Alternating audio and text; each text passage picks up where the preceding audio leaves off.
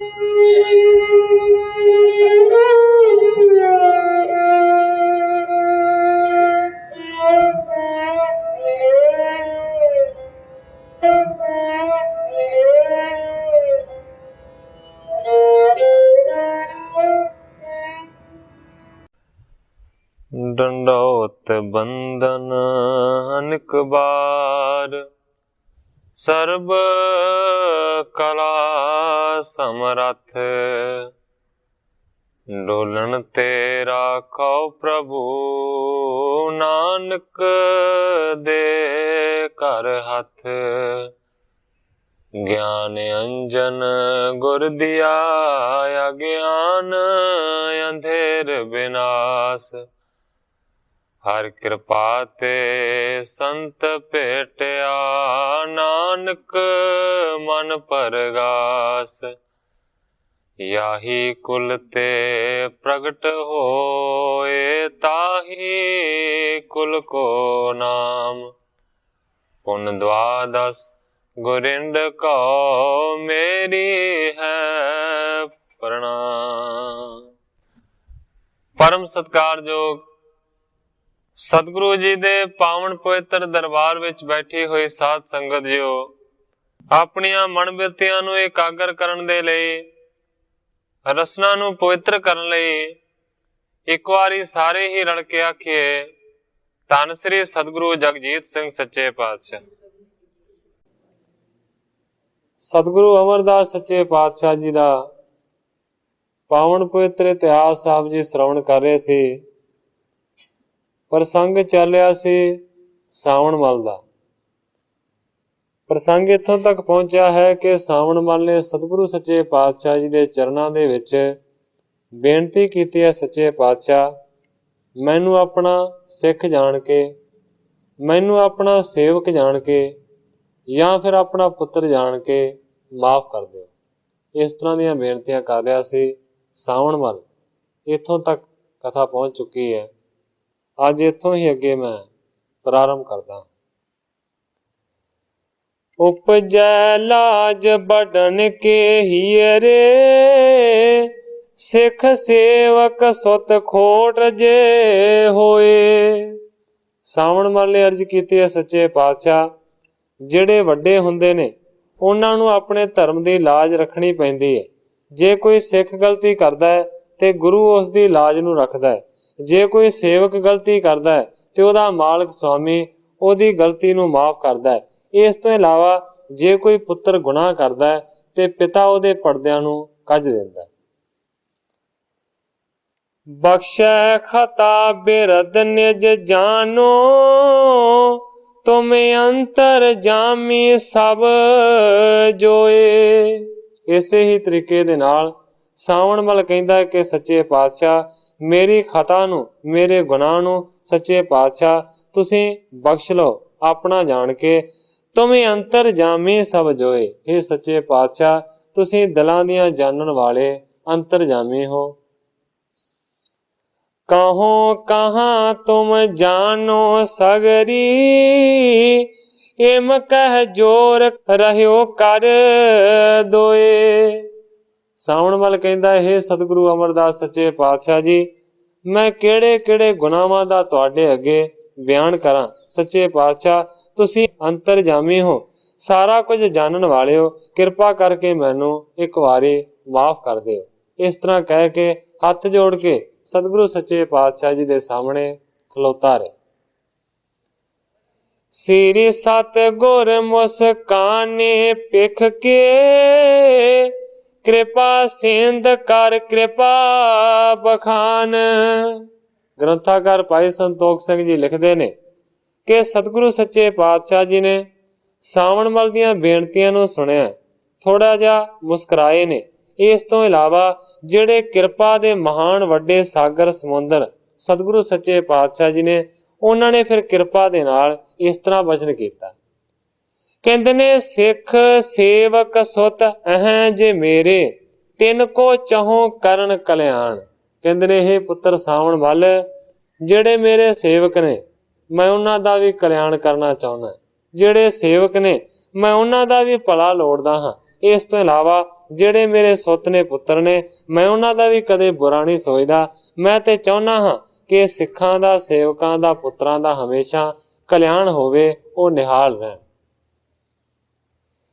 ਤੋਬ ਮਨ में हंकार व्याध पी, तिस हर बेहित एम कृत ठान।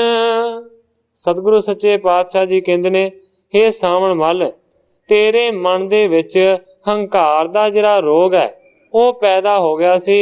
उस हंकार दे रोग नूं दूर करन दे वास्ते असीं ये सारा कुछ कीता। लियो रुमाल न कर चित चिंता, अब पी तुझ दैहो बहु दान। सतगुरु अमरदास सच्चे पातशाह जी ने बचन किया कि जेड़ा असीं शक्तियां वाला तेरे तो रुमाल लै लिया है, तू उसकी रता भर भी चिंता ना कर। फिर की हो गया कि जे असीं तेरे तो रुमाल वापस लै लिया, सच्चे पातशाह जी कहते ने, अब भी तुझ दैहो बहु दान। इस रुमाल तो बगैर भी मैं बहुत कुछ तेनू दान दे रूप दे विच दे सकदा। देश हरिपुर सैत नृपत जुत, ए संगत सगरी तुझ दीन। हुण सतगुरु सच्चे पातशाह जी उस सावण मल नूं की कुछ दे रहे ने, इस दा जिक्र कीता है कवि जी ने। सच्चे पातशाह जी ने बचन किया है कि सारे दा सारा देश हरिपुर समेत उस हरि सैन राजे दे सारा तेनू दिता। इस तो इलावा ये सारी जिहड़ी है ना उत्थों दी प्रजा वो भी तेरी सेवक होए। चिरंकाल सुख भोगो बन गुर, मेरी दात न होवे हीन। सतगुरु अमरदास सच्चे पातशाह जी ने बचन किया कि बहुत चिर तक तू इसे तरीके दे नाल उन्हां दा गुरु बन के सुखां दा भोग भोगदा रहेगा, मेरी दात ना होवे हीन। सच्चे पातशाह जी कहंदे ने, मेरी बख्शी हुई दात कदे भी हीन नहीं होवेगी, कदे खत्म नहीं होवेगी। रहो कुशल सो सब कुछ पावो, पुन परलोक में निज टिग कीन। सतगुरां ने बचन किया कि हे सावण मल, जिन्ना चिर तक तू इस दुनिया दे उत्ते जिउंदा रहेगा, हर एक तरीके दे नाल कुशल मंगल दे विच रवेगा, सुखां नूं भोगदा रहेगा, ते जदों तू दुनिया दे उत्तों पयाण करेगा, दुनिया तो चाले पाएगा, ते फिर सच्चे पातशाह जी कहंदे ने, परलोक में निज टिग कीन। परलोक दे विच जदों पहुंचेगा ते फिर भी असीं अपने चरणां दे विच तैनूं निवास देवांगे। निरपै फिरो सब भूत प्रेत जे, डाकण आद सो तोहे अधीन। गुरु जी कहते ने कि निडरता दे नाल निडर होके इन्हां भूतां दे विच, प्रेतां दे विच और डैणां दे विच तू फिर सकदा है, क्योंकि सारियां चीजां असीं तेरे अधीन कर दित्तियां ने, तेरे अधिकार दे विच कर दित्तियां। गोपत रहत जे शकत जुकत बड़, मम बख्शिश ते तुझ टिग आए। ਜਿਹੜੀਆਂ ਵੀ ਸ਼ਕਤੀਆਂ ਗੁਪਤ ਰਹਿੰਦੀਆਂ ਨੇ, ਜਿਹੜੀਆਂ ਪ੍ਰਗਟ ਰੂਪ ਦੇ ਵਿੱਚ ਦਿਸਦੀਆਂ ਨਹੀਂ ਹਨ, ਉਹ ਸਾਰੀਆਂ ਸ਼ਕਤੀਆਂ ਤੇਰੇ ਹੁਕਮ ਦੇ ਵਿੱਚ ਚੱਲਣਗੀਆਂ, ਕਿਉਂਕਿ ਜਿੰਨੇ ਵੀ ਭੂਤ ਪ੍ਰੇਤ ਡੈਣਾ ਨੇ ਇਹਨਾਂ ਦਾ ਨਾਂ ਲਿਆ ਜਾਂਦਾ ਹੈ, ਪਰ ਆਮ ਮਨੁੱਖ ਇਹਨਾਂ ਨੂੰ ਦੇਖ ਨਹੀਂ ਸਕਦਾ। ਇਸੇ ਕਰਕੇ ਸਤਿਗੁਰਾਂ ਨੇ ਆਖਿਆ ਇਹ ਗੁਪਤ ਸ਼ਕਤੀਆਂ ਨੇ, ਔਰ ਇਹ ਸਾਰੀਆਂ ਤੇਰੇ ਅਧੀਨ ਹੋ ਕੇ ਚੱਲਣਗੀਆਂ, ਜੋ ਤੂੰ ਹੁਕਮ ਕਰੇਗਾ ਇਹ ਉਹੀ ਕਰਨਗੇ। चित में चाहो करावो तिन ते, नहीं आज्ञा को सके मिटाए। ये जिन्ने भी भूत प्रेत पिशाच ने, जिन्नियां भी डैणा ने, जोगनियां ने, ये सारियां तेरे हुक्म दे विच चलणगियां। जो तू मन दे विच चाह करके उन्हां तो मंगेगा ਉਹੀ देणगियां। तेरी आज्ञा नूं कोई भी ऐसी जिहड़ी ताकत है ना गुप्त, ਉਹ मिटा नहीं सकदी। निस दिन सेवै सगरे तो कहो, मम सेवा ते एह फल पाए। सतगुरु अमरदास सच्चे पातशाह जी ने बचन किया ਕਿ ਰਾਤ ਤੇ ਦਿਨ ਇਹ ਸਾਰੇ ਦੇ ਸਾਰੇ ਤੈਨੂੰ ਸੇਵਦੇ ਰਹਿਣਗੇ, ਤੇਰੀ ਸੇਵਾ ਕਰਦੇ ਰਹਿਣਗੇ। ਮੇਰੀ ਸੇਵਾ ਕੀਤੀ ਹੋਈ ਦਾ ਤੈਨੂੰ ਇਹ ਮਹਾਨ ਵੱਡਾ ਫਲ ਮਿਲੇਗਾ। ਬਣ ਗੁਰ ਚਰਨ ਪੁਜਾਵੋ ਸਭ ਤੇ, ਅਪਰ ਨ ਸ਼ੰਕਾ ਕੁਛ ਮਨ ਲਿਆਏ। ਹੇ ਸਾਵਣ ਮੱਲ, ਉਹਨਾਂ ਸਾਰਿਆਂ ਦਾ ਗੁਰੂ ਬਣ ਕੇ ਆਪਣੇ ਚਰਨਾਂ ਨੂੰ ਉਹਨਾਂ ਤੋਂ ਪੁਜਾਉਂਦਾ ਰਹਿ। ਹੋਰ ਕਿਸੇ ਵੀ ਪ੍ਰਕਾਰ ਦੀ ਤੂੰ ਸ਼ੰਕਾ ਮਨ ਦੇ ਵਿੱਚ ਨਾ ਕਰ। ਮਾਮ ਰੁਮਾਲ ਤੇ ਸਿੱਧਾ ਸਗਰੀ, ਪਾਇਓ ਤੋਹਿ ਮਨ ਤਿਨ ਮੈਂ ਲੀਨ। ਹੁਣ ਸਤਿਗੁਰੂ ਅਮਰਦਾਸ ਸੱਚੇ ਪਾਤਸ਼ਾਹ ਜੀ ਕਹਿੰਦੇ ਨੇ ਕਿ ਜਿਹੜੀਆਂ ਵੱਡੀਆਂ ਸ਼ਕਤੀਆਂ ਦਾ ਮਾਲਕ ਅਸੀਂ ਤੈਨੂੰ ਰੁਮਾਲ ਬਖਸ਼ਿਆ ਸੀ, ਉਹਦੇ ਤੋਂ ਤੈਨੂੰ ਬਹੁਤ ਜ਼ਿਆਦੀਆਂ ਸਿੱਧੀਆਂ ਰਿੱਧੀਆਂ ਦੀ ਪ੍ਰਾਪਤੀ ਹੋ ਗਈ ਸੀ। ਪਰ ਕਹਿੰਦੇ ਨੇ ਹੇ ਸਾਵਣ ਮੱਲ, ਤੇਰਾ ਜਿਹੜਾ ਮਨ ਹੈ ਨਾ, ਉਹਨਾਂ ਰਿੱਧੀਆਂ ਸਿੱਧੀਆਂ ਦੇ ਵਿੱਚ ਬਹੁਤ ਜ਼ਿਆਦਾ ਮਗਨ ਹੋ ਗਿਆ ਸੀ। ਪਾਏ ਪਇਓ ਹੰਕਾਰ ਤਿਨੋ ਤੇ, ਭਗਤ ਪੰਥ ਤੇ ਹੋਇਓ ਹੀਨ। ਰਿੱਧੀਆਂ ਸਿੱਧੀਆਂ ਦੀ ਵੱਡੀਆਂ ਮਹਾਨ ਸ਼ਕਤੀਆਂ ਦੀ ਪ੍ਰਾਪਤੀ ਹੋਣ ਦੇ ਨਾਲ ਗੁਰੂ ਜੀ ਕਹਿੰਦੇ ਨੇ ਤੇਰੇ ਮਨ ਦੇ ਵਿੱਚ ਬਹੁਤ ਵੱਡਾ ਹੰਕਾਰ ਪੈਦਾ ਹੋ ਗਿਆ ਸੀ, ਔਰ ਭਗਤੀ ਪੰਥ ਤੇ ਹੋਇਓ ਹੀਨ। ਭਗਤੀ ਦਾ ਜਿਹੜਾ ਰਸਤਾ ਹੈ ਨਾ, ਤੂੰ ਉਹਦੇ ਤੋਂ ਬਹੁਤ ਜ਼ਿਆਦਾ ਦੂਰ ਜਾ ਰਿਹਾ ਸੀ। ਗਤ ਪਰਲੋਕ ਬਿਗੜੈ ਹੈ ਤਿਨ ਤੇ, ਜਾਂ ਤੇ ਮੈਂ ਸਭ ਲੀਨਸ ਛੀਨ। ਸਤਿਗੁਰੂ ਅਮਰਦਾਸ ਸੱਚੇ ਪਾਤਸ਼ਾਹ ਜੀ ਕਹਿੰਦੇ ਨੇ ਹੇ ਸਾਵਣ ਮੱਲ, ਜਿਹੜਾ ਮਨੁੱਖ ਇਹਨਾਂ ਸ਼ਕਤੀਆਂ ਦੇ ਪ੍ਰਚਾਵੇ ਦੇ ਵਿੱਚ ਆ ਜਾਂਦਾ ਹੈ, ਜਿਹੜਾ ਮਨੁੱਖ ਰਿੱਧੀਆਂ ਸਿੱਧੀਆਂ ਦੇ ਮਗਰ ਲੱਗ ਕੇ ਚੱਲ ਪੈਂਦਾ ਹੈ, ਸੱਚੇ ਪਾਤਸ਼ਾਹ ਜੀ ਕਹਿੰਦੇ ਨੇ ਉਹਦਾ ਜਿਹੜਾ ਪਰਲੋਕ ਦਾ ਰਸਤਾ ਹੈ ਨਾ, ਉਹ ਵਿਗੜ ਜਾਂਦਾ ਹੈ। ਪਰਲੋਕ ਦੇ ਰਸਤੇ ਦੇ ਵਿੱਚ ਇਹ ਬਹੁਤ ਵੱਡੀਆਂ ਰੁਕਾਵਟਾਂ ਪੈਦਾ ਕਰ ਦਿੰਦੀਆਂ ਨੇ। ਇਸ ਕਰਕੇ ਸੱਚੇ ਪਾਤਸ਼ਾਹ ਜੀ ਕਹਿੰਦੇ ਨੇ ਕਿ ਅਸੀਂ ਉਹ ਰੁਮਾਲ ਸ਼ਕਤੀਆਂ ਵਾਲਾ, ਜਿਹੜੀਆਂ ਬਹੁਤੀਆਂ ਸ਼ਕਤੀਆਂ ਵਾਲਾ ਰੁਮਾਲ ਹੈ ਨਾ, ਅਸੀਂ ਇਸ ਕਰਕੇ ਤੇਰੇ ਤੋਂ ਵਾਪਸ ਲੈ ਲਿਆ। ਸਤਿਗੁਰੂ ਪ੍ਰਤਾਪ ਸਿੰਘ ਸੱਚੇ ਪਾਤਸ਼ਾਹ ਜੀ ਦੇ ਉਪਦੇਸ਼ ਦੇ ਵਿੱਚ ਕਈ ਵਾਰੀ ਆਉਂਦਾ ਹੈ। ਸਤਿਗੁਰੂ ਪ੍ਰਤਾਪ ਸਿੰਘ ਸੱਚੇ ਪਾਤਸ਼ਾਹ ਜੀ ਬਚਨ ਕਰਦੇ ਨੇ ਕਿ ਇਹ ਜਿਹੜੀਆਂ ਰਿੱਧੀਆਂ ਸਿੱਧੀਆਂ ਨੇ ਨਾ, ਇਹ ਬਹੁਤ ਵੱਡਾ ਅੜਿੱਕਾ ਲਾਉਂਦੀਆਂ ਨੇ ਪਰਮੇਸ਼ਰ ਨੂੰ ਮਿਲਣ ਵਾਲੇ ਰਾਹ ਦੇ ਵਿੱਚ। ਸਤਿਗੁਰੂ ਪ੍ਰਤਾਪ ਸਿੰਘ ਜੀ ਇਹ ਵੀ ਪ੍ਰਮਾਣ ਦਿੰਦੇ ਨੇ ਕਿ ਇਸੇ ਕਰਕੇ ਸਤਿਗੁਰੂ ਨਾਨਕ ਦੇਵ ਸੱਚੇ ਪਾਤਸ਼ਾਹ ਜੀ ਨੇ ਆਪਣੀ ਪਾਵਨ ਪਵਿੱਤਰ ਬਾਣੀ ਜਪਜੀ ਸਾਹਿਬ ਦੇ ਵਿੱਚ ਲਿਖਿਆ ਹੋਇਆ ਹੈ, ਰਿੱਧ ਸਿੱਧ ਅਵਰਾ ਸਾਧ। ਇਹ ਰਿੱਧੀਆਂ ਸਿੱਧੀਆਂ ਕਮਾਉਣੀਆਂ ਔਰ ਇਹਨਾਂ ਤੇ ਚੱਲਣਾ, ਇਹ ਅਵਰਿਆਂ ਹੋਇਆਂ ਦੇ ਸਾਧ ਨੇ। ਸਤਿਗੁਰੂ ਪ੍ਰਤਾਪ ਸਿੰਘ ਸੱਚੇ ਪਾਤਸ਼ਾਹ ਜੀ ਇਸ ਗੁਰਬਾਣੀ ਦੇ ਮਹਾਵਾਕ ਦਾ ਇਸ ਤਰ੍ਹਾਂ ਅਰਥ ਕਰਦੇ ਨੇ ਕਿ ਅਵਰਿਆਂ ਹੋਇਆਂ ਦੇ ਸਾਧ ਨੇ, ਜਿਹੜੇ ਕਿਸੇ ਗੁਰੂ ਪੀਰ ਦੇ ਨਹੀਂ ਹਨ। ਸੋ ਮੇਰਾ ਸਿਰ ਕਹਿਣ ਤੋਂ ਭਾਵ ਇਹ ਹੈ ਕਿ ਸਤਿਗੁਰੂ ਅਮਰਦਾਸ ਸੱਚੇ ਪਾਤਸ਼ਾਹ ਜੀ ਕਹਿੰਦੇ ਨੇ ਇਸੇ ਕਰਕੇ ਉਹ ਸ਼ਕਤੀਆਂ ਵਾਲਾ ਰੁਮਾਲ ਅਸੀਂ ਤੇਰੇ ਤੋਂ ਲੈ ਲਿਆ, ਕਿਉਂਕਿ ਇਹ ਤੇਰਾ ਪ੍ਰਲੋਕ ਦਾ ਰਸਤਾ ਖਰਾਬ ਕਰ ਦੇਣ ਵਾਲੀਆਂ ਸਨ। ਰਚਿਆ ਕਰੀ ਸਕਲ ਬਿਦ ਤੇ ਤੁਵ, ਆਵ ਸਿਮਰੋ ਵਾਹਿਗੁਰੂ ਪ੍ਰਵੀਨ। ਸਤਿਗੁਰੂ ਸੱਚੇ ਪਾਤਸ਼ਾਹ ਜੀ ਕਹਿੰਦੇ ਨੇ ਕਿ ਆਪਣਾ ਰੁਮਾਲ ਸ਼ਕਤੀਆਂ ਵਾਲਾ ਵਾਪਸ ਲੈ ਕੇ ਅਸੀਂ ਮਾਨੋ ਕਿ ਤੇਰੇ ਤੇ ਇੱਕ ਬਹੁਤ ਵੱਡਾ ਉਪਕਾਰ ਕੀਤਾ ਹੈ, ਹਰ ਇੱਕ ਤਰੀਕੇ ਦੇ ਨਾਲ ਤੇਰੀ ਰੱਖਿਆ ਕੀਤੀ ਹੈ। ਸੱਚੇ ਪਾਤਸ਼ਾਹ ਜੀ ਕਹਿੰਦੇ ਨੇ ਹੁਣ ਤੂੰ ਪਰਮੇਸ਼ਰ ਦਾ ਜਿਹੜਾ ਸੱਚਾ ਨਾਮ ਵਾਹਿਗੁਰੂ ਹੈ ਨਾ, ਇਹ ਸਿਆਣਿਆ ਉਹਦਾ ਜਾਪ ਕਰ। ਇਸ ਤਰੀਕੇ ਦੇ ਨਾਲ ਸਤਿਗੁਰੂ ਅਮਰਦਾਸ ਸੱਚੇ ਪਾਤਸ਼ਾਹ ਜੀ ਨੇ ਸਿੱਖਿਆ ਦਿੱਤੀ ਹੈ ਉਹ ਸਾਵਣ ਮੱਲ ਨੂੰ। ਹੁਣ ਜਿਹੜੇ ਇਸ ਗ੍ਰੰਥ ਦੇ ਸੰਪਾਦਕ ਨੇ, ਉਹਨਾਂ ਨੇ 2-4 ਸਤਰਾਂ ਸਾਵਣ ਮੱਲ ਦੇ ਬਾਰੇ ਲਿਖੀਆਂ ਨੇ। ਮੈਂ ਸਾਧ ਸੰਗਤ ਦੇ ਸਨਮੁਖ ਉਹ ਪੜ੍ਹ ਕੇ ਸੁਣਾਵਾਂ। ਸਾਵਣ ਮੱਲ ਨੇ ਸਮਝਿਆ ਕਿ ਸਤਿਗੁਰੂ ਦੇ ਵਰ ਦੇ ਨਾਲ ਜੋ ਆਤਮਕ ਸ਼ਕਤੀਆਂ ਪ੍ਰਾਪਤ ਹੋਈਆਂ ਹਨ, ਇਹ ਸੰਸਾਰਕ ਪਦਾਰਥਾਂ ਵਾਂਗੂ ਕੋਲ ਰੱਖਣੀਆਂ ਤੇ ਵਰਤਨੀਆਂ ਹੀ ਪਰਮਾਰਥ ਦਾ ਰਸਤਾ ਹੈ। ਪਰ ਫਲ ਇਹ ਹੋਇਆ ਕਿ ਹੰਕਾਰ ਤੇ ਬੇਮੁਖਤਾਈ ਪੱਲੇ ਪਈ ਸਾਵਣ ਮੱਲ ਦੇ। ਸਤਿਗੁਰੂ ਨੇ ਮਿਹਰ ਕਰਕੇ ਉਸ ਨੂੰ ਸਖਣਾ ਕਰਕੇ ਉਹਦਾ ਹੰਕਾਰ ਦੂਰ ਕੀਤਾ। ਜਦੋਂ ਸਮਝ ਆਈ ਤਾਂ ਫਿਰ ਦੱਸਿਆ ਕਿ ਤੂੰ ਭਗਤੀ ਮਾਰਗ ਤੋਂ ਪਤਿਤ ਹੋ ਗਿਆ ਸੈਂ। ਭਗਤੀ ਮਾਰਗ ਹੈ ਪਰਮੇਸ਼ਰ ਨੂੰ ਪਿਆਰ ਕਰਨਾ, ਆਪਣੇ ਕਲਿਆਣ ਦੇ ਯਤਨ ਦੇ ਵਿੱਚ ਹਮੇਸ਼ਾ ਰਹਿਣਾ। ਜੀਵਨ ਮੁਕਤੀ ਪ੍ਰਾਪਤ ਹੋਏ ਤਾਂ ਨਾਮ ਦਾਨ ਦੇ ਕੇ ਹੋਰ ਜਗਤ ਨੂੰ ਤਾਰਨਾ। ਇਹ ਸਮਝ ਦਾਨ ਕਰਕੇ ਵਾਹਿਗੁਰੂ ਵਿੱਚ ਲਾ ਕੇ ਫੇਰ ਕਿਹਾ ਕਿ ਆਤਮ ਸੱਤਿਆ ਤੈਨੂੰ ਹਮੇਸ਼ਾ ਪ੍ਰਾਪਤ ਰਵੇਗੀ। ਹੁਣ ਸਾਵਣ ਮੱਲ ਨਾਮੀ ਤੇ ਭਗਤ ਪੁਰਖ ਹੋ ਗਿਆ ਹੈ।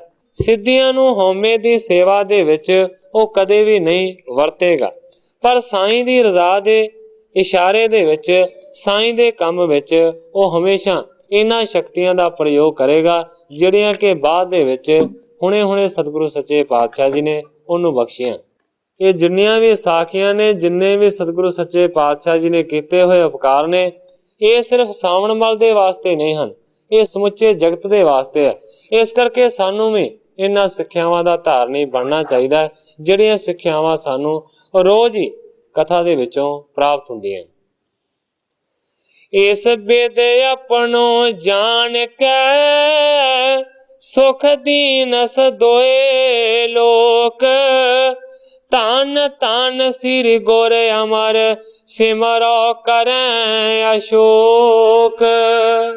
ਗ੍ਰੰਥਾਕਾਰ ਭਾਈ ਸੰਤੋਖ ਸਿੰਘ ਜੀ ਲਿਖਦੇ ਨੇ ਕਿ ਇਸ ਤਰੀਕੇ ਦੇ ਨਾਲ ਆਪਣਾ ਜਾਣ ਕੇ ਸੁਖ ਦਿੱਤਾ ਹੈ ਸਾਵਣ ਮੱਲ ਨੂੰ, ਇਸ ਲੋਕ ਦਾ ਵੀ ਸੁਖ ਦਿੱਤਾ ਹੈ ਔਰ ਪ੍ਰਲੋਕ ਦਾ ਵੀ ਸੁਖ ਦਿੱਤਾ ਹੈ।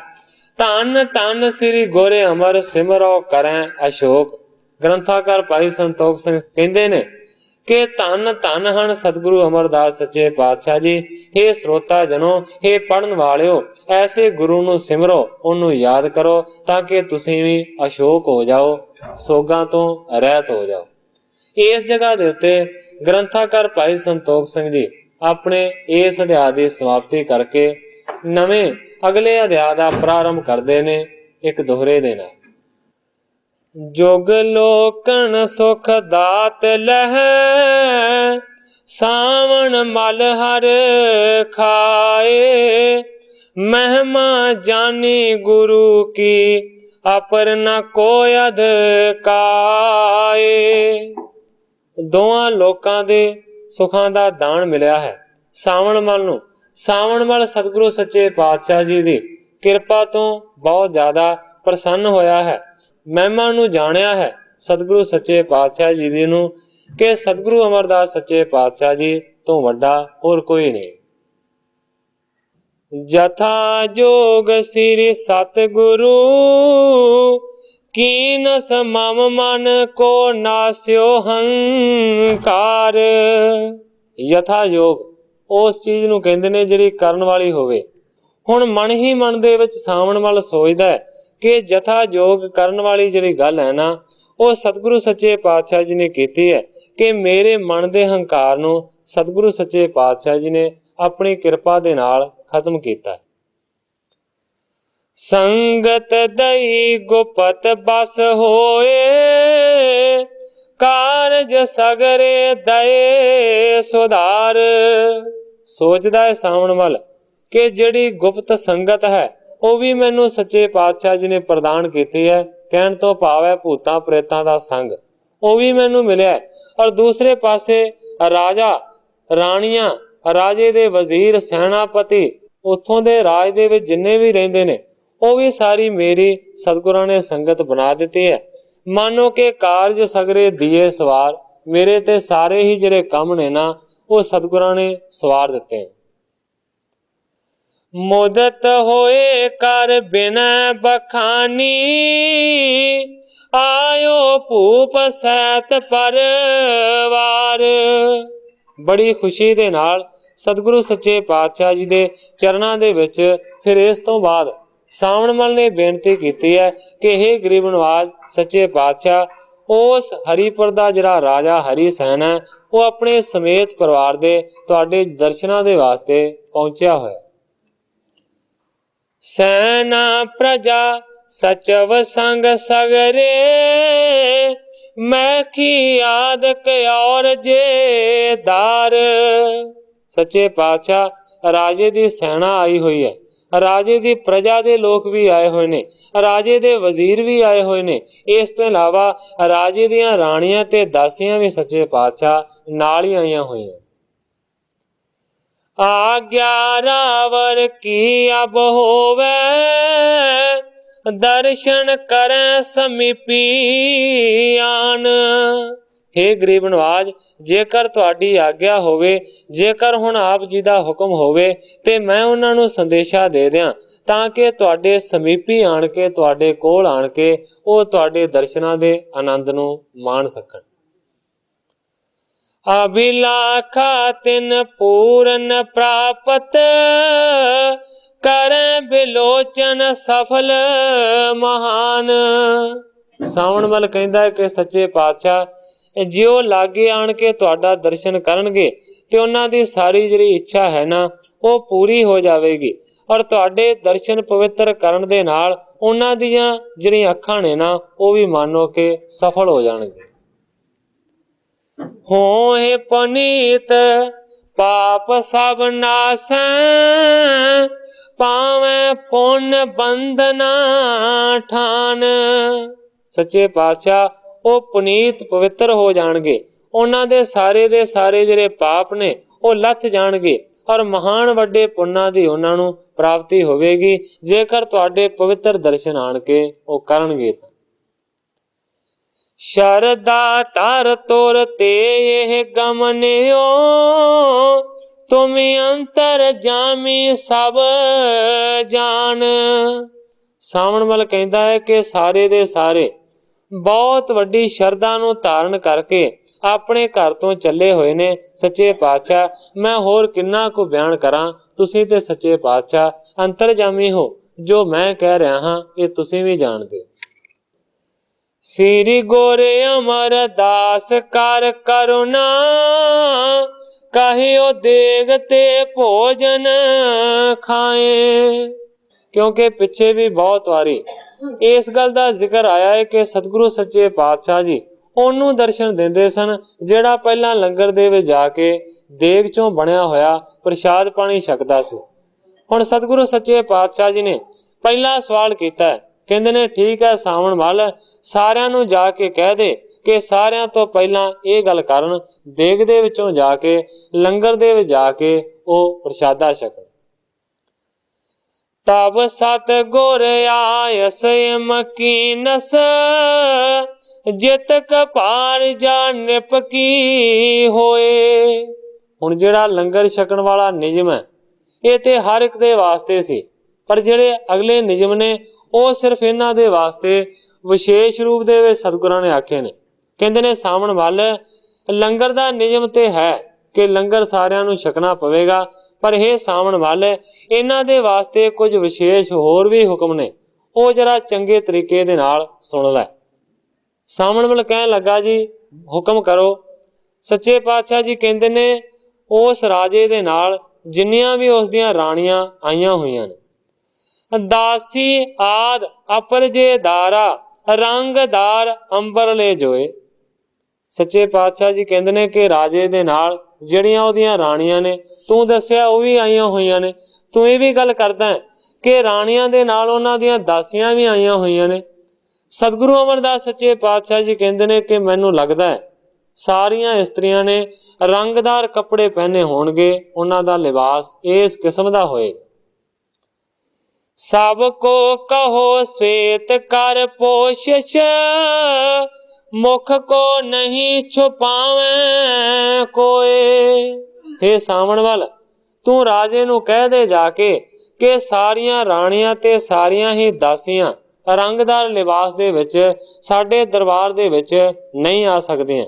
ਸਤਿਗੁਰੂ ਸੱਚੇ ਪਾਤਸ਼ਾਹ ਜੀ ਕਹਿੰਦੇ ਨੇ ਕਿ ਸਾਰੀਆਂ ਦੀਆਂ ਜਿਹੜੀਆਂ ਪੁਸ਼ਾਕਾਂ ਨੇ ਉਹ ਚਿੱਟੀਆਂ ਹੋਣੀਆਂ ਚਾਹੀਦੀਆਂ ਨੇ। ਹੁਣ ਸਾਧ ਸੰਗਤ ਜੀ ਦੇਖ ਲਓ, ਇਹ ਕੋਈ ਸਤਿਗੁਰੂ ਸੱਚੇ ਪਾਤਸ਼ਾਹ ਸਤਿਗੁਰੂ ਰਾਮ ਸਿੰਘ ਜਾਂ ਸਤਿਗੁਰੂ ਜਗਜੀਤ ਸਿੰਘ ਨੇ ਇਹ ਮਰਜ਼ਾਦਾ ਨਹੀਂ ਤੋਰੀ ਕਿ ਚਿੱਟੇ ਕੱਪੜੇ ਪਹਿਨਣੇ ਚਾਹੀਦੇ ਨੇ। ਪੁਰਾਤਨ ਰੀਤੀ ਐਸੀ ਹੈ, ਇਹ ਲਿਬਾਸ ਹੀ ਐਸਾ ਸੁੰਦਰ ਹੈ। ਪਿੱਛੇ ਇਤਿਹਾਸ ਦੇ ਵਿੱਚ ਕੱਲ ਪਰਸੋਂ ਇਸ ਗੱਲ ਦਾ ਵੀ ਜ਼ਿਕਰ ਆਇਆ ਸੀ ਕਿ ਸਤਿਗੁਰੂ ਅਮਰਦਾਸ ਸੱਚੇ ਪਾਤਸ਼ਾਹ ਜੀ ਹਮੇਸ਼ਾ ਚਿੱਟਾ ਲਿਬਾਸ ਪਹਿਨਦੇ ਸਨ, ਚਿੱਟੇ ਕੱਪੜੇ ਪਾਉਂਦੇ ਸਨ। ਇਹ ਵਡਿਆਈ ਹੈ ਸਤਿਗੁਰੂ ਦੇ ਬਾਣੇ ਦੀ।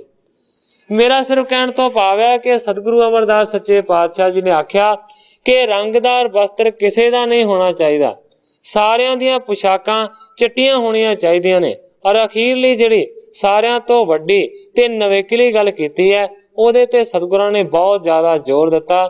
सतगुरु सच्चे पातशाह जी कहते ने सावण मल पक्के तरीके दे नाल ये दस देवीं कि कोई भी राणी जां दासी घुंड ना कढे, पर्दा ना करे, मूँह ढक के कोई भी नहीं आनी चाहिए। हुण सतगुरु सच्चे पातशाह जी ने 3 तरीकों के वचन किए ने। पहली गल यह है कि लंगर दे विचों जाके प्रशादा छकना पवेगा। दूसरी गल यह है कि सारियां दे कपड़े चिट्टे होणगे। और तीसरी सारियां तो वड्डी ते भारी गल यह है कि किसी का भी घुंड नहीं कढ़िया होना चाहिए। ये कुछ करनगे तां दर्शन होए। दर्शन कर कर सगरी गमन इस प्रकार की बन के सोए। इसे तरीके दे नाल लैन बन के गुरु जी कहते ने दर्शन करदियां करदियां अगे दी अगे चलियां जाणगियां। इस तरीके दे नाल गुरु जी कहते ने दर्शन होवेगा। इम दर्शन को करें आन कर जे तिन के चित में अत चाह। सतगुरु अमरदास सच्चे पातशाह जी कहते ने कि हे सावण मल तू कहना कि उन्हां दे मन दे विच मेरा दर्शन करन दी बहुती इच्छा है ते जे बहुती इच्छा जाहिर करदियां ने ना ते ये कुछ करना पवेगा। जे इन्हां दे विचों एक भी खामी होई ते उन्हां नूं कह दिओ कि दर्शन नहीं होवे।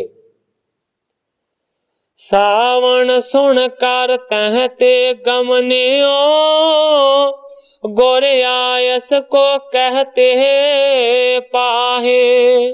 सावण मल ने 7 वचन आख्या। मुड़ के ब्यासा दे किनारे दे उत्ते पहुंचा जिथे राजे दे समेत सारियां नूं खिलारिया होया। जाके राजे नूं सावण मल ने आख्या कि सतगुरु सच्चे पातशाह जी ने ये जिहड़े हुक्म ने ना वो कीते ने। सेत वस्त्र पहरावो सबको पुन पावे दर्शन इत आन। कहता है कि सतगुरु सच्चे पातशाह जी ने हुक्म किया है एक देग दे विचों लंगर छकना है, दूसरा सारियां ने चिट्टे कपड़े पाने ने ते तीसरा किसी ने किसी किस्म का पर्दा नहीं करना, घुंड नहीं कढना। सुन मह पालक मानी ते सभ्यद पायो मन बिखै मुदत ही महान। उस वेले राजा सुन के बचना नूं खुश होया, कहन लगा जी सानू किसी भी प्रकार की कोई चिंता नहीं है, जिवें सतगुरां दा हुक्म है उसे तरह होवेगा। जे सतगुरु सच्चे पातशाह जी कहंदे ने कि लंगर दे विच बैठ के पंगत दे विच भोजन खाइए वो भी खावांगे। जे सतगुरु जी कहंदे ने चिट्टे कपड़े होने चाहिए ने असीं अपनियां चिट्टियां पोशाकां पहनांगे। और जे सतगुरां दा हुक्म है कि कोई भी स्त्री दरबार दे विच घुंड कढ के नहीं आउणी चाहिए ते कोई भी राणी घुंड नहीं कढे। सब हिन देग ते भोजन खायो बहुर गयो संग ले रणवास। सारियां तो पहली सतगुरु सच्चे पातशाह जी दी मर्यादा नूं पूरियां कीता है। अपनियां सारियां राणियां दे समेत पहला देग दे विचों सारियां ने भोजन खादा है ते फिर अपनियां राणियां नूं नाल लैके चल पे। वस्त्र सफेद सवण तन तारे बदन आच्छाद्यो नहीं किस बास। ग्रंथाकार भाई संतोख सिंह जी लिखते ने कि उस वेले सारियां दे जिहड़े कपड़े ने वो सफेद चिट्टे रंग दे शरीर दे उत्ते तारे होए ने और किसी भी राणी या किसी भी दासी ने किसी प्रकार का मूँह दे उत्ते पर्दा नहीं कीता, भाव किसी ने घुंड नहीं कढे। सत गोर खरे रहत गह कीलक बीच चौबारे ऊंच आवास। हुण ग्रंथाकार भाई संतोख सिंह जी लिखते ने कि आम करके ज्यादातर सतगुरु अमरदास सच्चे पातशाह जी अपने घर दे उत्ते जिहड़ा चौबारा बनिया होया सी उस कमरे दे विच ही रिहा करदे सन। और कहंदे ने कि उस चौबारे दे कमरे दे अंदर एक किल्ली गड्डी हुई सी। ज्यादातर सतगुरु सच्चे पातशाह जी उस किल्ली नूं फड़ के खड़े रहिंदे सन। हुती दरीची निकट तिसी को दर्शन करें जिनो को प्यास। उस चुबारे दा जिहड़ा कमरा सी ਉਹਦੇ ਵਿੱਚ ਕਹਿੰਦੇ ਨੇ कि एक छोटी जी बारी सी, ताकी सी। और कहते ने कि आम करके सतगुरु सच्चे पातशाह जी उस ताकी राही ही ज्यादातर संगतां नूं दर्शन दिया करते सन और वो किल्ली नूं फड़ के खड़े रहिंदे सन। क्योंकि अजकल जिहड़ा ਗੋਇੰਦਵਾਲ ਦੇ ਵਿੱਚ ਉਹ ਗੁਰਦੁਆਰਾ ਬਣਿਆ ਹੋਇਆ, ਉਹਦੇ ਵਿੱਚ ਉਹ ਚੁਬਾਰੇ ਨੂੰ ਬਰਕਰਾਰ ਰੱਖਿਆ ਗਿਆ, ਸਾਂਭਿਆ ਹੋਇਆ ਸੰਗਤਾਂ ਦੇ ਵੱਲੋਂ। ਔਰ ਇਹ ਵੀ ਦੱਸਿਆ ਜਾਂਦਾ ਹੈ ਕਿ ਉਹ ਕਿੱਲੀ ਜਿਹਨੂੰ ਸਤਿਗੁਰੂ ਸੱਚੇ ਪਾਤਸ਼ਾਹ ਜੀ ਆਪਣੇ ਹੱਥ ਦੇ ਵਿੱਚ ਫੜ ਕੇ ਰੱਖਦੇ ਸਨ, ਉਹਨੂੰ ਸੋਨੇ ਤੇ ਚਾਂਦੀ ਦੇ ਨਾਲ ਮੜ ਦਿੱਤਾ ਗਿਆ। ਅੱਜ ਕੱਲ ਉੱਥੋਂ ਦੀ ਇਸ ਤਰ੍ਹਾਂ ਦੀ ਰੀਤ ਬਣ ਚੁੱਕੀ ਹੈ। ਸੋ ਗ੍ਰੰਥਾਕਾਰ ਭਾਈ ਸੰਤੋਖ ਸਿੰਘ ਜੀ ਉਸ ਗੱਲ ਦਾ ਜ਼ਿਕਰ ਕਰਦੇ ਨੇ ਕਿ ਸਤਿਗੁਰੂ ਸੱਚੇ ਪਾਤਸ਼ਾਹ ਜੀ ਆਮ ਸੰਗਤ ਦੇ ਵਿੱਚ ਉਦੋਂ ਹੀ ਦਰਸ਼ਨ ਦਿੰਦੇ ਸਨ ਜਦੋਂ ਸਵੇਰ ਦਾ ਦਰਬਾਰ ਸਜੇ ਜਾਂ ਫਿਰ ਸ਼ਾਮ ਦਾ ਕੀਰਤਨ ਹੋਵੇ। ਅੱਗੇ ਪਿੱਛੇ ਜਿਹੜੇ ਦਰਸ਼ਨ ਦੇਣੇ ਹੁੰਦੇ ਸਨ ਉਹ ਇਸ ਤਰ੍ਹਾਂ ਦਰਸ਼ਨ ਨਹੀਂ ਸਨ ਦਿੰਦੇ। ਆਪਣੇ ਚੁਬਾਰੇ ਦੇ ਵਿੱਚ ਉਹ ਜਿਹੜੀ ਚੁਬਾਰੇ ਵਾਲੇ ਕਮਰੇ ਨੂੰ ਤਾਕੀ ਲੱਗੀ ਹੈ, ਜਿਹੜੀ ਖਿੜਕੀ ਲੱਗੀ ਹੈ, ਉਹਨੂੰ ਖੋਲ ਦਿਆ ਕਰਦੇ ਸਨ। ਸਾਹਮਣੇ ਆਣ ਕੇ ਖੜੇ ਹੋ ਜਾਂਦੇ ਸਨ ਤੇ ਲੋਕ ਜਿੰਨੀ ਵੀ ਸੰਗਤ ਹੈ ਉਹ ਥੱਲਿਓਂ ਹੀ ਦਰਸ਼ਨ ਕਰਦੇ ਸੀ। ਤਿਸ ਕੇ ਤਰੇ ਖਰੇ ਹੋਏ ਕਰਕੇ ਅਵਲੋਕਤ ਗੁਰ ਰੂਪ ਸੁਜਾਨ। ਜਿਹੜੇ ਸੁਜਾਨ ਗਿਆਨੀ ਸਤਿਗੁਰੂ ਸੱਚੇ ਪਾਤਸ਼ਾਹ ਜੀ ਨੇ, ਉਹਨਾਂ ਦਾ ਦਰਸ਼ਨ ਇਸੇ ਤਰੀਕੇ ਦੇ ਨਾਲ ਚੁਬਾਰੇ ਤੋਂ ਥੱਲੇ ਖੜੇ ਹੋ ਕੇ ਹੀ ਸਾਰੇ ਕਰਿਆ ਕਰਦੇ ਸਨ। ਇਹ ਗ੍ਰੰਥਾਕਾਰ ਜੀ ਬਿਆਨ ਕਰਦੇ। ਦਰਸ਼ਨ ਕਰ ਕਰ ਗਮਨ ਤਿਆਗੇ ਅਪਰ ਆਏ ਹੇਰੈ ਤਿਸ ਥਾਨ। ਇਸੇ ਤਰੀਕੇ ਦੇ ਨਾਲ ਦਰਸ਼ਨ ਕਰ ਕਰਕੇ ਜਿਹੜੀ ਸੰਗਤ ਹੈ ਉਹ ਅੱਗੇ ਲੰਘੀ ਜਾਂਦੀ ਸੀ ਤੇ ਫਿਰ ਜਿਹੜੀ ਸੰਗਤ ਦਰਸ਼ਨ ਕਰ ਲੈਂਦੀ ਸੀ ਉਸ ਦੀ ਜਗ੍ਹਾ ਤੇ ਹੋਰ ਜਿਹੜੇ ਸੱਜਣ ਨੇ ਉਹ ਆਣ ਕੇ ਖੜੇ ਹੁੰਦੇ ਸਨ ਤੇ ਉੱਥੋਂ ਹੀ ਥੱਲੇ ਹੀ ਦਰਸ਼ਨ ਕਰਦੇ ਸਨ। ਦੇਸ਼ ਵਿਦੇਸ਼ਨ ਕੀ ਬੜ ਸੰਗਤ ਇਸੀ ਰੀਤ ਦਰਸਤ ਹੈ ਆਣ। ਦੇਸ਼ਾਂ ਵਿਦੇਸ਼ਾਂ ਤੋਂ ਜਿੰਨੀ ਵੀ ਬਹੁਤੀ ਵੱਡੀ ਤਾਦਾਦ ਦੇ ਵਿੱਚ ਸੰਗਤ ਆਉਂਦੀ ਹੈ, ਗ੍ਰੰਥਾਕਾਰ ਭਾਈ ਸੰਤੋਖ ਸਿੰਘ ਜੀ ਕਹਿੰਦੇ ਨੇ ਕਿ ਇਸੇ ਹੀ ਰੀਤੀ ਦੇ ਨਾਲ ਸਾਰੇ ਦਰਸ਼ਨ ਕਰਦੇ। ਅੰਗੀਕਾਰ ਅਕੋਰ ਕਰੇ ਨਹੀਂ ਏਕ ਦਿਵਸ ਕੋ ਲੇਹਿਤ ਖਾਨ। ਜਿਹੜੀਆਂ ਵੀ ਸੰਗਤਾਂ ਸਤਿਗੁਰਾਂ ਦੇ ਦਰਬਾਰ ਦੇ ਵਿੱਚ ਆਪਣੀਆਂ ਭੇਟਾਂ ਅਰਪਣ ਕਰਦੀਆਂ ਨੇ, ਉਹ ਭੇਟਾ ਓਨੀ ਲਈ ਜਾਂਦੀ ਹੈ ਜਿੰਨੀ ਕਿ ਇੱਕ ਦਿਨ ਦੇ ਵਿੱਚ ਖਪਤ ਹੋ ਜਾਵੇ, ਖਰਚ ਹੋ ਜਾਵੇ। ਅੰਗੀਕਾਰ ਅਕੋਰ ਕਰੇ ਨਹੀਂ ਏਕ ਦਿਵਸ ਕੋ ਲੇਹਿਤ ਖਾਨ। ਜ਼ਿਆਦਾ ਜਿਹੜੀ ਭੇਟਾ ਹੈ, ਜ਼ਿਆਦਾ ਜਿਹੜੇ ਪੈਸੇ ਨੇ, ਉਹ ਵੀ ਸਤਿਗੁਰੂ ਜੀ ਕਦਾਚਿਤ ਅੰਗੀਕਾਰ ਪ੍ਰਵਾਨ ਨਹੀਂ ਕਰਦੇ। ਉਹਨਾਂ ਕੁਝ ਪ੍ਰਵਾਨ ਕਰਦੇ ਨੇ ਜਿੰਨਾ ਕਿ ਇੱਕ ਦਿਨ ਦੇ ਵਿੱਚ ਖਪਤ ਹੋ ਜਾਵੇ, ਲੱਗ ਜਾਵੇ।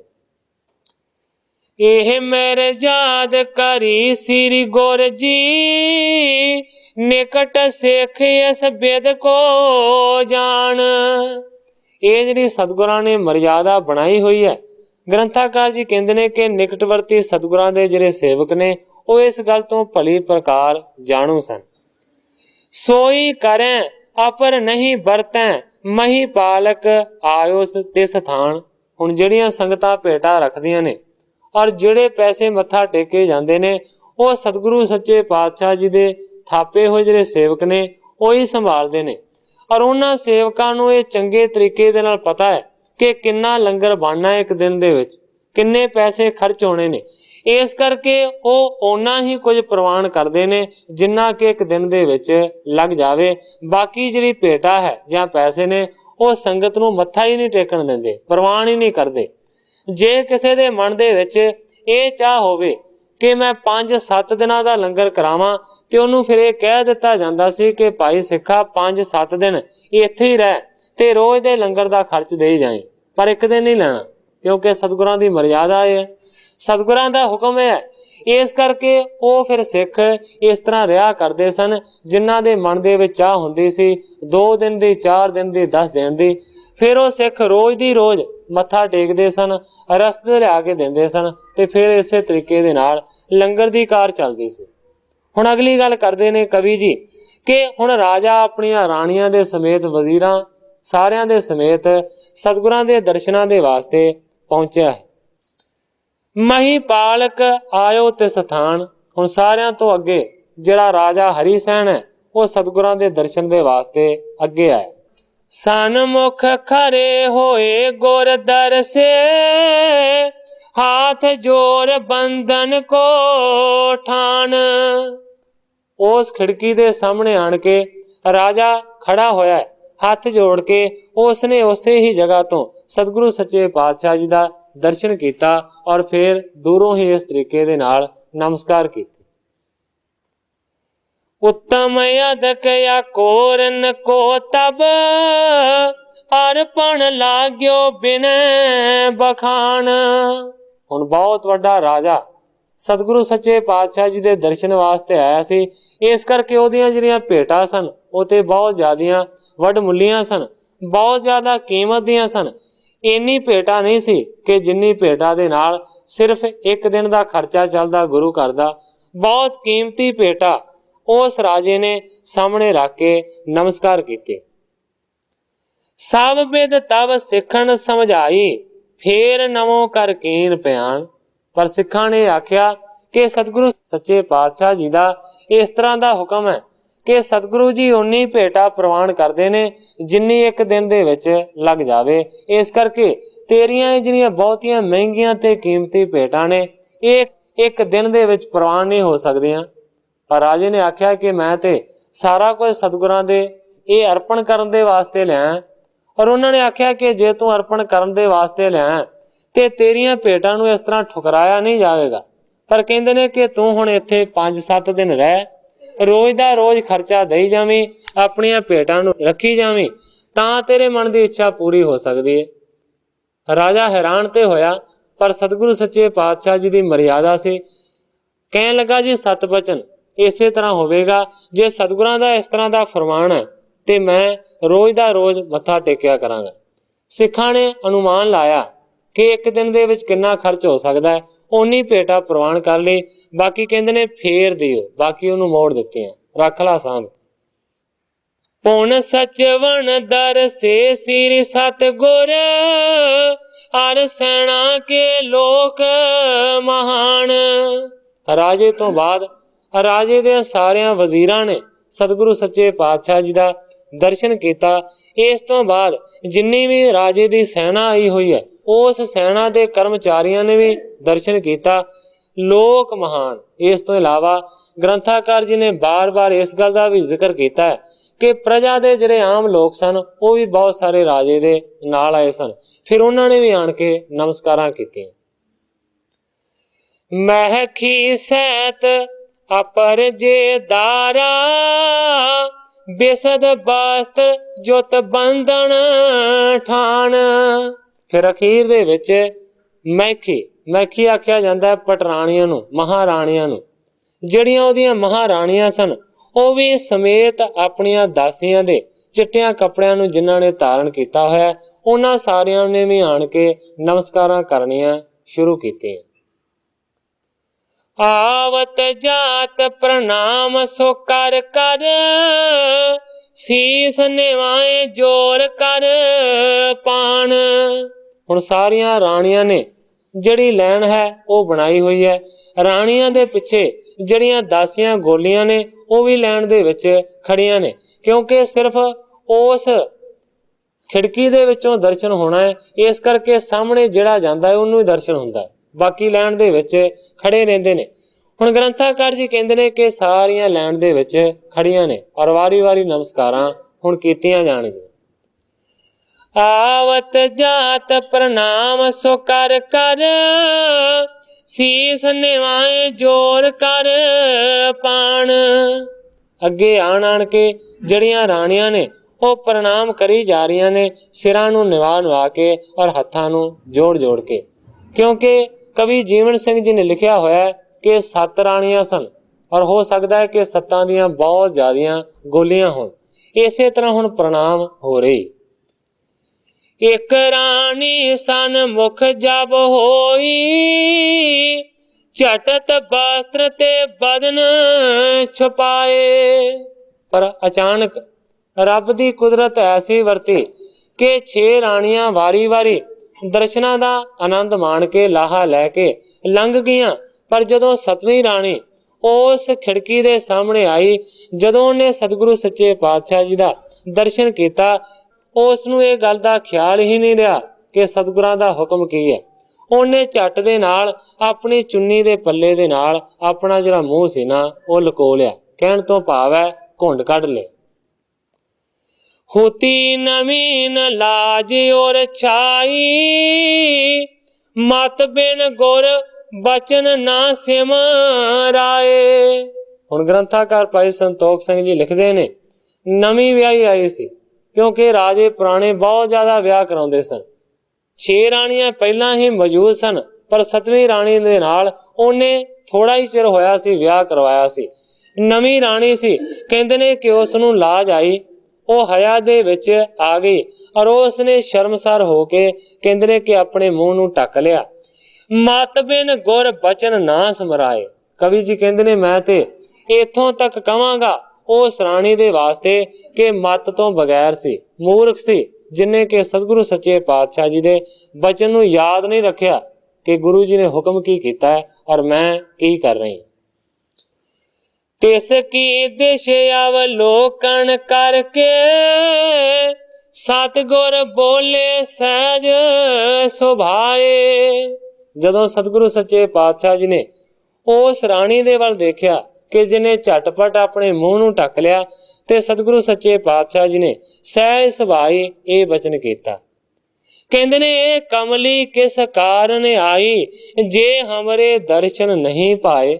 ਸਤਿਗੁਰੂ ਸੱਚੇ ਪਾਤਸ਼ਾਹ ਜੀ ਨੇ ਉੱਚੀ ਆਵਾਜ਼ ਦੇ ਨਾਲ ਰਾਜੇ ਨੂੰ ਸੰਬੋਧਨ ਕਰਕੇ ਆਖਿਆ, ਕਹਿੰਦੇ ਨੇ ਹੇ ਰਾਜਾ, ਇਹ ਕਮਲੀ ਜਿਹੜੀ ਹੈ ਇਹ ਤੂੰ ਕਿੱਥੇ ਸਾਡੇ ਦਰਬਾਰ ਦੇ ਵਿੱਚ ਲੈ ਕੇ ਆ ਗਿਆ ਹੈ। ਜੇ ਹਮਰੋ ਦਰਸ਼ਨ ਨਹੀਂ ਪਾਏ, ਇਹ ਕਮਲੀ ਨੂੰ ਕਿੱਥੋਂ ਲੈ ਕੇ ਆ ਗਿਆ ਜਿਹਨੂੰ ਸਾਡਾ ਦਰਸ਼ਨ ਚੰਗਾ ਨਹੀਂ ਲੱਗਿਆ। ਜੇ ਮੇਰਾ ਦਰਸ਼ਨ ਚੰਗਾ ਨਹੀਂ ਲੱਗਿਆ ਤਾਂ ਹੀ ਤੇ ਇਸਨੇ ਮੂੰਹ ਢੱਕਿਆ। ਜੇ ਮੇਰਾ ਮੁਖੜਾ ਸੋਹਣਾ ਦਰਸ਼ਨ ਚੰਗਾ ਲੱਗਦਾ ਤੇ ਕਿਉਂ ਮੂੰਹ ਢੱਕਦੇ। ਕਹਿੰਦੇ ਨੇ ਰਾਜਾ ਇਹ ਕਮਲੀ ਕਿੱਥੋਂ ਲੈ ਕੇ ਆ ਗਏ। ਤਾਤਿਸ਼ਨ ਸੁਧ ਬੋਧ ਨਾਸ਼ ਭਾਈ ਤਿਸ, ਬਾਸਤਰ ਉਤਾਰ ਦਿਏ ਬਗਾਏ। ਤੇ ਸਤਿਗੁਰੂ ਸੱਚੇ ਪਾਤਸ਼ਾਹ ਜੀ ਦਾ ਨਿਕਲਿਆ ਹੋਇਆ ਜਿਹੜਾ ਰਸਨਾ ਤੋਂ ਵਾਕ ਸੀ ਉਸੇ ਵੇਲੇ ਸਫਲ ਹੋ ਗਿਆ। ਤਾਤਿਸ਼ਨ ਸੁਧ ਭੂਲੀ, ਉਸੇ ਵੇਲੇ ਕਹਿੰਦੇ ਨੇ ਕਿ ਆਪਣੇ ਸਰੀਰ ਦੀ ਸੁਧ ਬੁੱਧ ਭੁੱਲ ਗਈ, ਸਾਰਾ ਕੁਝ ਖਤਮ ਹੋ ਗਿਆ। ਬਸਤਰੇ ਉਤਾਰ ਦੀਏ ਬਗਾਏ, ਉਸਨੇ ਆਪਣੇ ਜਿਹੜੇ ਕੱਪੜੇ ਸੀ ਉਹਨਾਂ ਨੂੰ ਉਤਾਰ ਕੇ ਲੀਰੋ ਲੀਰ ਕਰ ਦਿੱਤਾ। ਸਾਰਾ ਆਪਣਾ ਲਿਬਾਸ ਜਿਹੜਾ ਸੀ ਨਾ ਉਹ ਕਮਲੀ ਹੋ ਕੇ ਪਾੜ ਦਿੱਤਾ। ਇਤਿਹਾਸ ਦੇ ਵਿੱਚ ਇੱਕ ਹੋਰ ਵੀ ਘਟਨਾ ਹੁੰਦੀ ਹੈ, ਦੁਆਪਰ ਯੁੱਗ ਦਾ ਪ੍ਰਮਾਣ ਹੈ। ਜਿਹੜੀਆਂ 2 ਰਾਣੀਆਂ ਸਨ ਜਿਨ੍ਹਾਂ ਦੇ ਵਿੱਚੋਂ ਬਾਅਦ ਦੇ ਵਿੱਚ ਧ੍ਰਿਤਰਾਸ਼ਟਰ ਪੈਦਾ ਹੋਇਆ, ਉਹਨਾਂ ਰਾਣੀਆਂ ਦੇ ਵਾਸਤੇ ਵੀ ਆਖਿਆ ਗਿਆ ਸੀ ਕਿ ਵੇਦ ਵਿਆਸ ਮੁਨੀ ਜੀ ਦੇ ਸਾਹਮਣੇ ਦੋਵੇਂ ਰਾਣੀਆਂ ਨਗਨ ਹੋ ਕੇ ਲੰਘਣਗੀਆਂ ਤਾਂ ਇਹਨਾਂ ਦੇ ਘਰ ਔਲਾਦ ਪੈਦਾ ਹੋਵੇਗੀ। ਮਹਾਭਾਰਤ ਦੇ ਵਿੱਚ ਇਸ ਤਰ੍ਹਾਂ ਦਾ ਪ੍ਰਮਾਣ ਹੁੰਦਾ ਹੈ ਕਿ ਵੇਦ ਵਿਆਸ ਮੁਨੀ ਜੀ ਬੈਠ ਗਏ। ਪਹਿਲੀ ਜਦੋਂ ਰਾਣੀ ਲੰਘੀ ਤੇ ਉਹ ਇੰਨਾ ਜ਼ਿਆਦਾ ਤਰਬਕ ਗਈ ਕਿ ਉਹਨੇ ਆਪਣੀਆਂ ਅੱਖਾਂ ਹੀ ਬੰਦ ਕਰ ਲਈਆਂ। ਔਰ ਉਹ ਜਦੋਂ ਲੰਘੀ ਤੇ ਫਿਰ ਪੁੱਛਿਆ ਗਿਆ, ਕਹਿੰਦੇ ਨੇ ਪੁੱਤਰ ਤੇ ਪੈਦਾ ਹੋਵੇਗਾ ਪਰ ਅੰਨਾ ਹੋਵੇਗਾ। ਇਹਨੇ ਅੱਖਾਂ ਬੰਦ ਕਰ ਲਈਆਂ ਨੇ। ਫਿਰ ਕਹਿੰਦੇ ਨੇ ਕਿ ਦੂਸਰੀ ਰਾਣੀ ਨੂੰ ਨਗਨ ਕਰਕੇ ਵੇਦ ਵਿਆਸ ਮੁਨੀ ਜੀ ਦੇ ਸਾਹਮਣੇ ਉਹਦੀ ਲੰਘਾਇਆ ਗਿਆ ਤੇ ਕਹਿੰਦੇ ਨੇ ਉਹਨਾਂ ਅੱਖਾਂ ਤੇ ਨਾ ਬੰਦ ਕੀਤੀਆਂ, ਪਰ ਸ਼ਰਮਸਾਰ ਹੋ ਕੇ ਉਹਨੇ ਬਹੁਤ ਜ਼ਿਆਦਾ ਆਪਣੇ ਸਰੀਰ ਨੂੰ ਸੰਕੋਚ ਲਿਆ, ਸੁੰਗੜ ਕੇ ਲੰਘ ਗਈ।